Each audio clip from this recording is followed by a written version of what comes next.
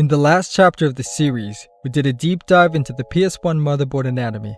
I went into detail how I redesigned the PS1 using KiCad. After months of hard work, it went from a digital PCB to a real PCB, and while fully functional, it required external components to operate properly. But it was just a prototype. Let's make it better.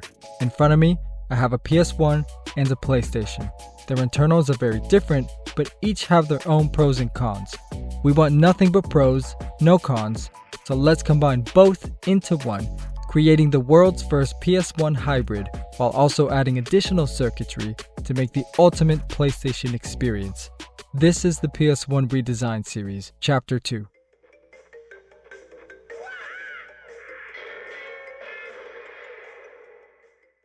This video is sponsored by PCB, who were kind enough to support the channel and supply the PCBs for this video.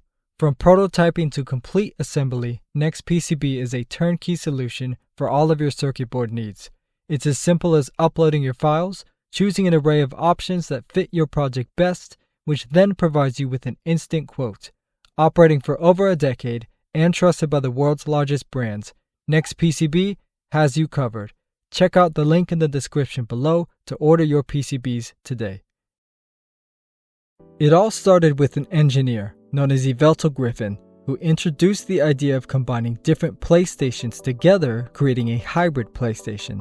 He even transplanted the CPU from a newer revision to an older revision PlayStation, and it worked. This proved in theory the hybrid approach was possible, but nobody has fully tackled it yet. Let's take care of that. On the right, we have the original PlayStation. On the left is the PS1. Comparing the motherboards, you can see just how different they are. These motherboard revisions were specifically chosen for this project, and here's why. This revision PS1, the PM41 version 2, has a more power-efficient CPU, smaller CPU RAM, and a more power-efficient GPU with integrated RAM. This means less power draw and therefore runs cooler. This revision PlayStation, the PU18, is larger and less power-efficient, but has the option for a high-quality digital audio output. It also processes the CD drive differently to make it compatible with Xstation.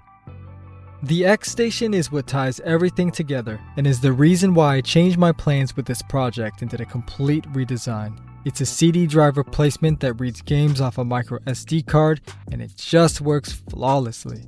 Previously, I was using the PSIO, which is also a CD drive replacement, but unfortunately was unreliable with issues. It's also larger in size, ran hotter, draws about double the power.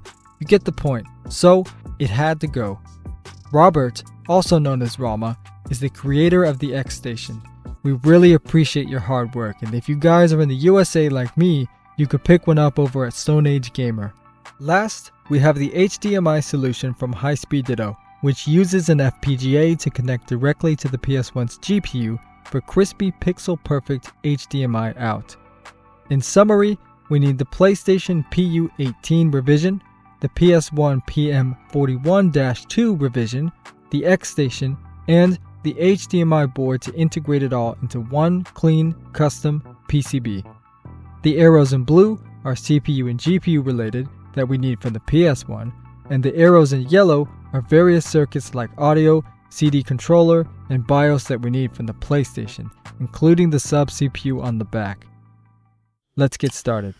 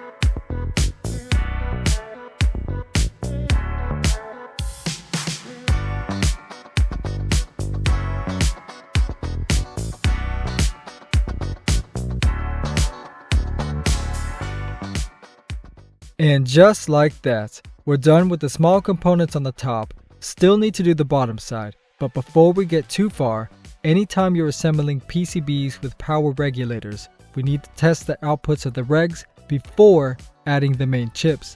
We definitely don't want to fry anything in case they aren't working right.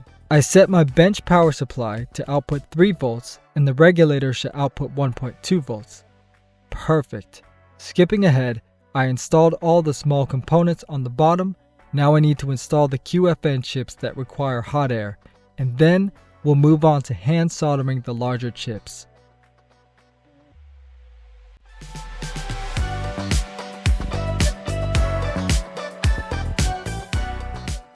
The small components on the bottom are now complete. These are the last components we need to install.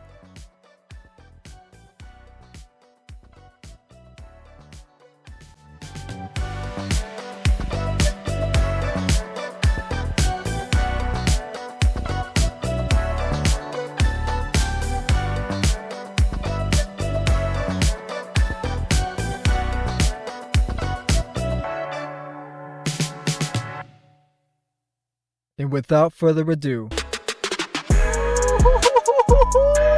out them apples. That's what I'm talking about right there. alright, I need to calm down. We can't turn it on just yet. We have to check for shorts. The multimeter's probes when connected beeps. If we hear a beep, there's a problem. No beep? We're safe. Finally, the moment we've all been waiting for.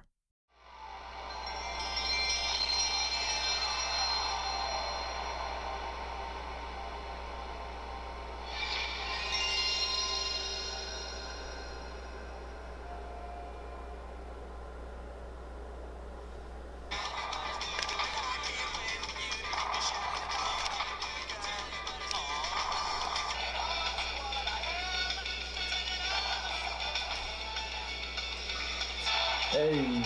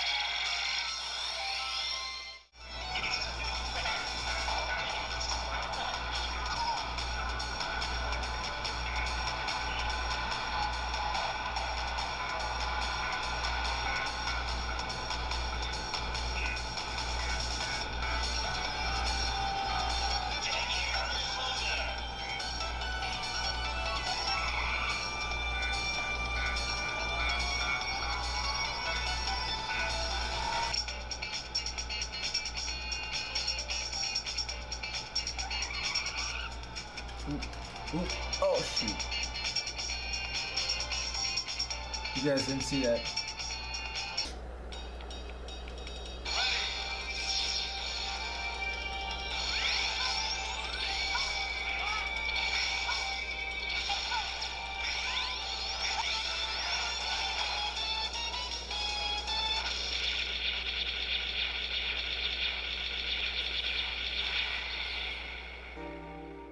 I even tested the PS1 Hybrid on lower voltages and everything works perfectly on 3 volts. The whole motherboard draws less than 2 watts. It's really hard to capture this on camera, but the HDMI video quality is really crisp. It even has a scanline feature which I have enabled. This is at 480p but can also do 1080p while drawing very little power. I'm impressed. Final dimensions are 85mm by about 73mm.